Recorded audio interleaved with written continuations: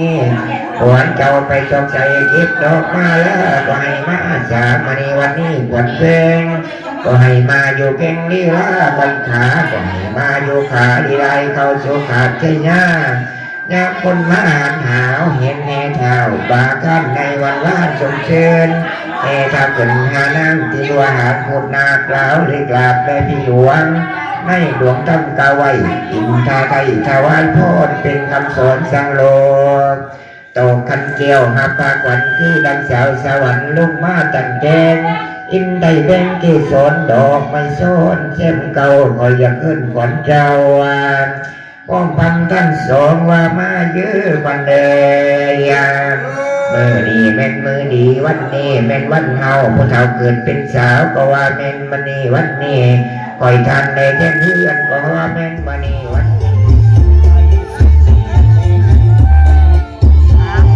เปิดคลิปออกมางานดองพี่น้อย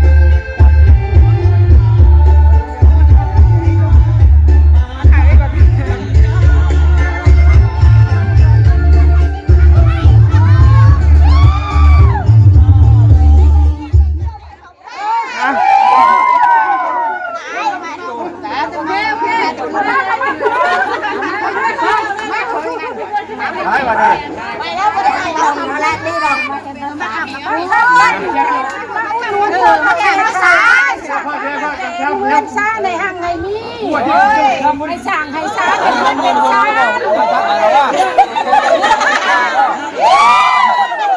ท่านนั่นเด้ออย่าว่าพี่ยังให้มาจ้างนักข่าวบ้างนะเดี๋ยวผมนะเขาจะถามเด้อคุณว่าเขาจะจ้างลงย่างลงบ่จ้างเอามาว่าชีเทปมันถึงหัวน้ำเลย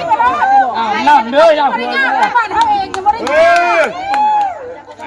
ด้ชีไม่เขาไอ้ยาวแข็งไอ้ชีไม่ได้เจ้าเลยแม่ตู้นั่นไอ้กำลังม้วนรถเปิดนี่ยังเปิดโลกเป็นตาดมียังไม่เกิดเปิดโลกเอาเปิดผู้แข่งแค่เปิดนั่นผู้ผู้เนาะช่วยชูอีกช่วยชูแค่นี้วัดไปที่กับแม่ครับเขาชาวไทยพี่น้องนะมางานแต่งหลานสาวพี่น้องเอ้ยมานี่กะลูกลุงเนาะใช่มาเบิ่งคุณโอ้ยทำคุณนะ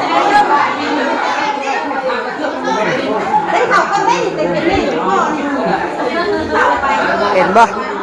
เห็นแล้วจักเหมือนเลยนะนางพูดเลยมาในเฮือนมันเนาะ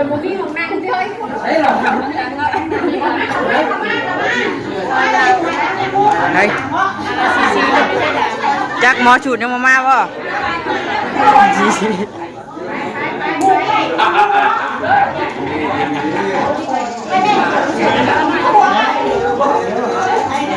เราถามมาถูกจำได้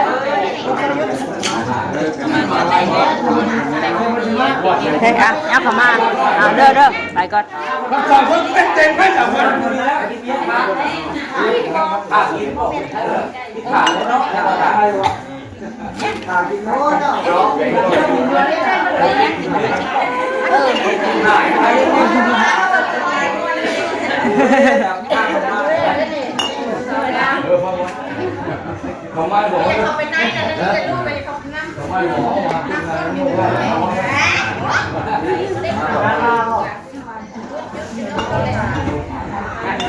อ่ะเราถามหมอสูตรเพิ่นบอก เงียบเมจิลี่แท้ เงียบได้เปิดตู้เนาะ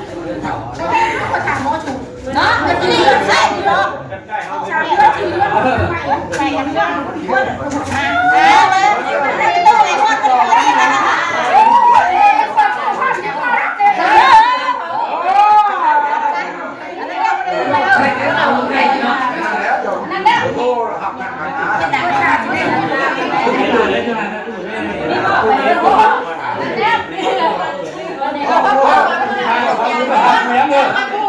โอ้ยขาดเราสายทายนะ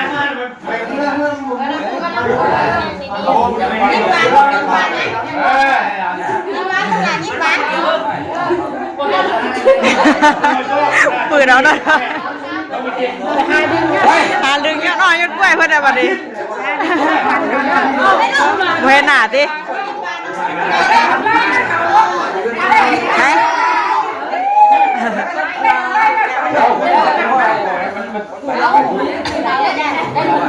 อีกหน่อยนะ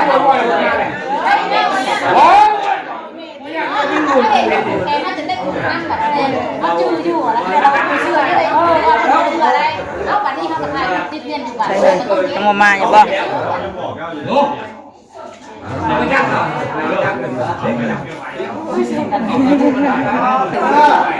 ดี๋ยวเลยค่ะหมอสูตรเพิ่นมาก่อนหมอสูตรยังบ่มาเนาะเพิ่นไปลายเฮือนหน่อยก่อนห่อนๆดิอยู่ในดิ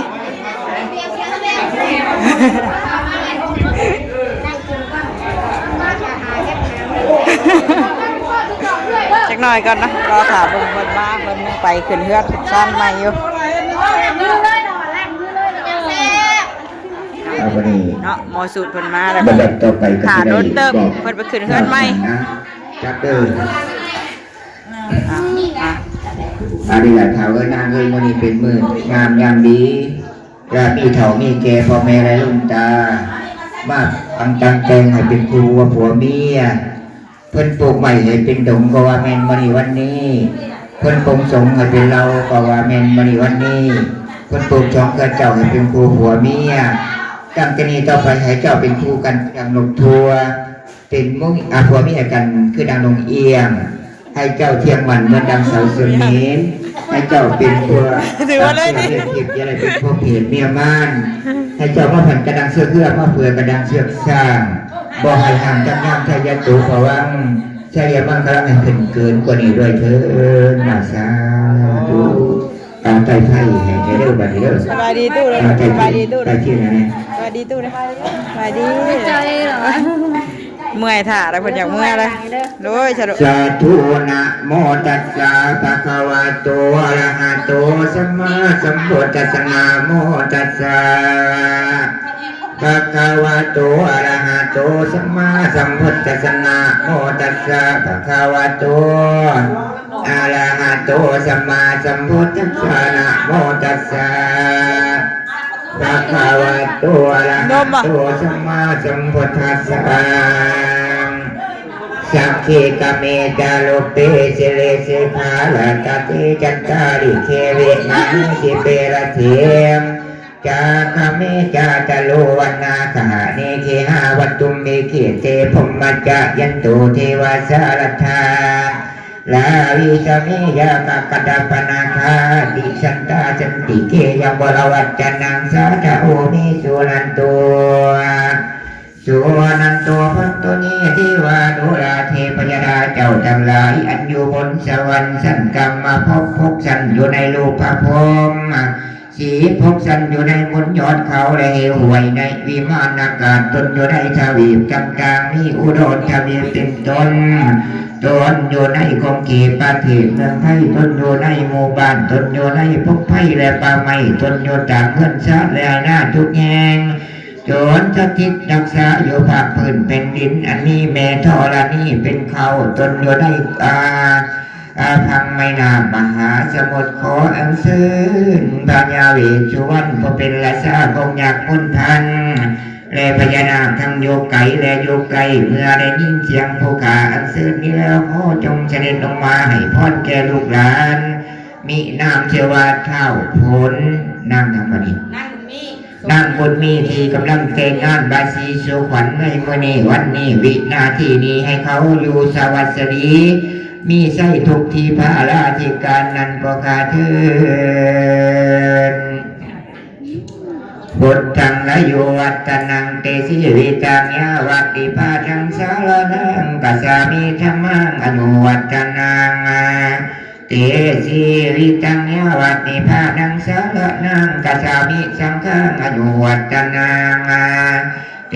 สิริตังยาวัตนิพานังสารนังกัสสามิตุติตาติยัมปิพุทธังอายุวัตนังเตสิริตังยาวัตนิพานังสารนังกัสสามิตุติยัมปิสังฆังอายุวัตนังเตสิริตังยาวัตนิพานังสารนังกัสสามิอิติปิโสภะคะวะอะระหังสัมมาสัมพุทโธวิชาจารณะสัมปันโนโสกโตโลกาวิทูอนุตตโลปุริสาธรรมสารถีสัทธาเทวมนุสสนังพุทโธภะคะวะติ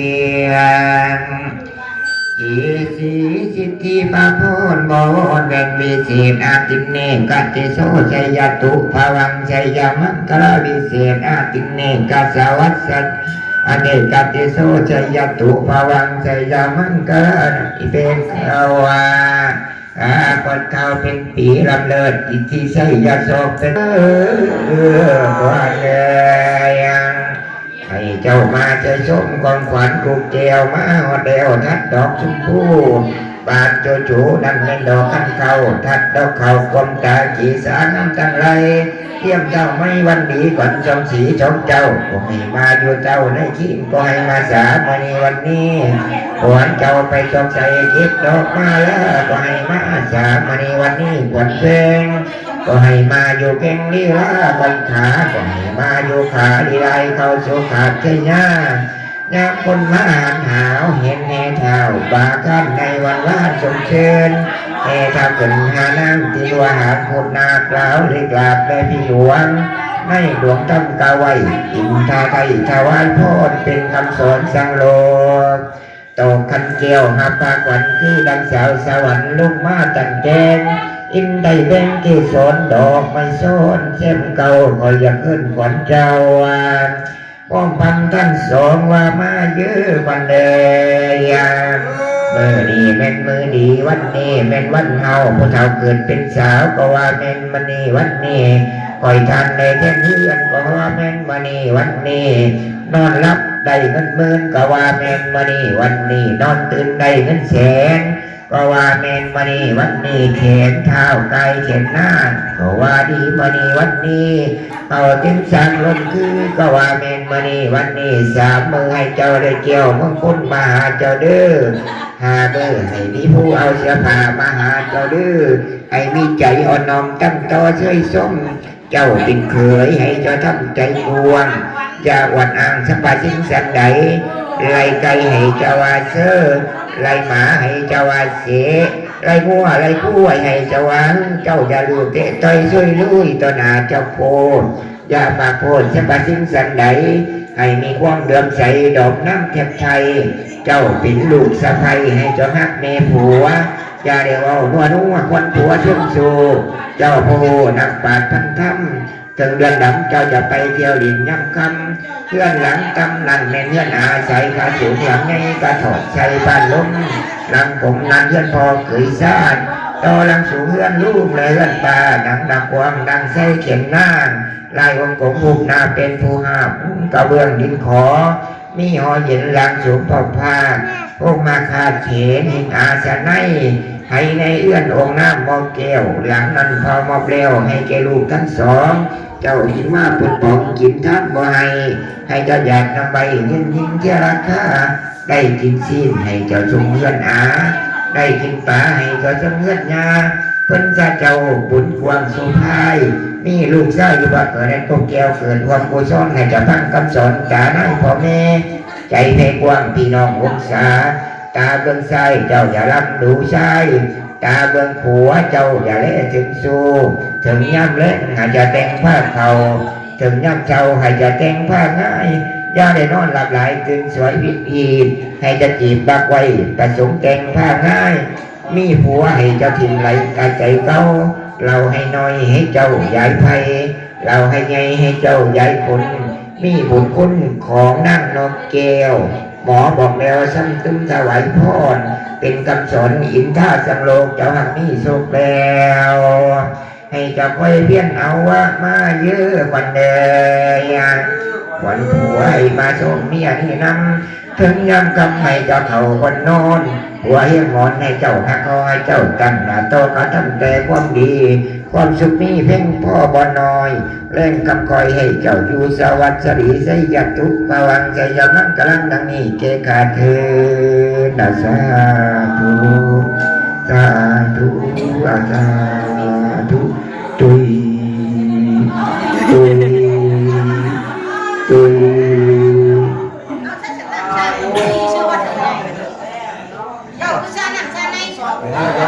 ยังอยู่กันเปล่า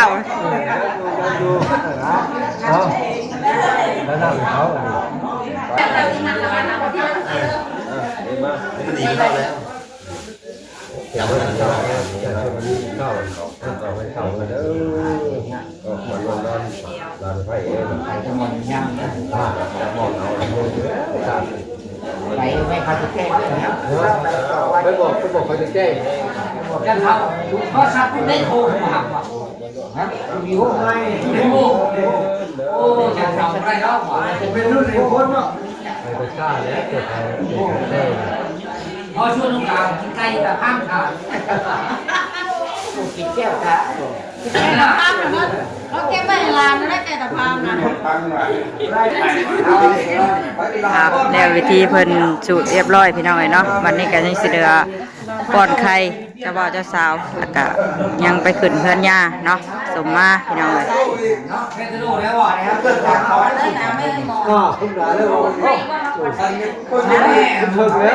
ลังผูกแขนอยู่ตัวนี้ค่ะ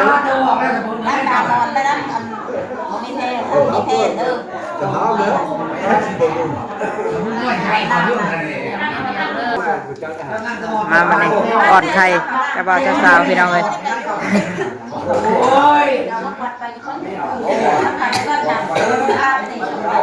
เราจะมองเกี่ยวกับอย่างด้วยใจโอ้รับก่อนไข่จะมาเจ้าสาวถึงเวลาจะมาเจ้าสาวสิแค่นไข่แล้วบ่มีน้ำอยู่ว่าล่ะน้ำข้าวเลยลูกนึงแล้วไม่อยากจะถ่ายกันเนาะห่างเหินเลยติห่างเหินเขาไม่เอาได้ทีหน่อยเขา1 2เขาไม่เอาได้ทีหน่อย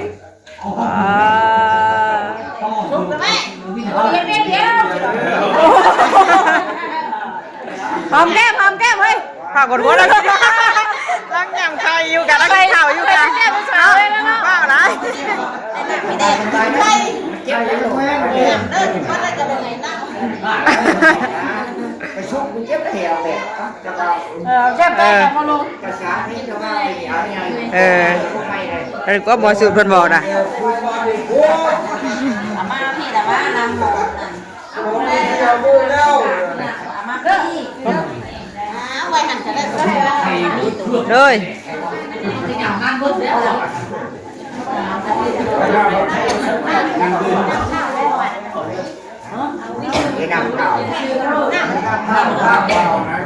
าวเด่นน่ะ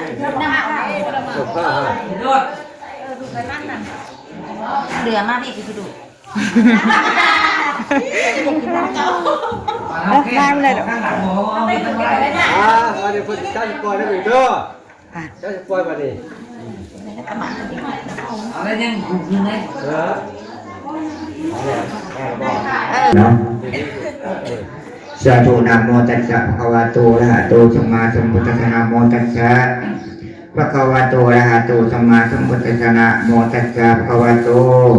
อะระหะโตสัมมาสัมพุทธัสสะสาธุพุทธคุณนังธัมมะคุณนังสังฆคุณนังสารนังกัจฉามิสาธุเด้อนามริหารเป็นอุตกังนันทิเศษสามารถปัดเพชรห่อนหายเกี่ยงบริละชิดไปเหนือชิดไปใต้ชิดไปใต้ใจลางเห็นได้ใสสว่างแจ้งเห็นหูปองถ้ำให้บ่มีกำหายบ่สบายหายหัวกระเจ็บนองปวดร้าวข้าวนี่กะสิหายน้ำพิษไผ่แก้วนี่พระโพนี่จอมปราบศาสนาเอกเกี่ยวพระทักเรียกจึงค่อยไปพวกไปเจอคนไข้ไหลจามปัดเป่ากะสิหายทรงซ้ำมีให้พื้นทรงเศร้าพวกไปจุดคนเฒ่าผมขาวเขียวร้อนกะสิกับนมเหน่งสองเต่าติงถึงพวกผู้ชายเล็กน้อยกะสิลงเป็นสาวพวกไปเจอผู้สาวกะสินั่งขึ้นนั่งพาบ่ได้มีไผผ่าผิวพรรณพุทธพองงาจะเหลืองมองผู้วาวย่องทั่วเมืองผู้ไปตึกคุณหัวลานไก่ผมปงไม้คิดอันใดนั้นมันใดก็ได้สมจอบปรารถนาผู้กระดึงผู้ป่าเอาอาณาบาวให้เจริญก้าวหน้าเจริญลำผู้เอาบ่ถอยผู้ไปถึงผู้ซอยให้เป็นพ่อผู้ใหญ่ผมไปถึงพ่อผู้ใหญ่ให้เป็นพ่อกำนันผมไปถึงนายพันนายก็เป็นนายพ้นคนเด้อผมไปถึงนายพ้นนายเป็นผู้ว่าผมไปถึงพ่อข้าให้จะได้กำไรพวกปฏิผู้ใดใดก็หิวเมืองเด้ออีพอพวกปฏิซุ่มหมอบตอสบพระให้ถือลอตเตอรี่รางวัลที่1บนเด้ออาสาธุแล้วพิธีบัดนี้พี่น้องเอ้ยเนาะเหลือแต่ทางเอาไผ่เมื่อเหยียบเพื่อนไปขึ้นเพื่อนย่าเนาะไปสมมาก็คือสีแล้วเรียบร้อยมันนี่อยู่ไกลเนาะ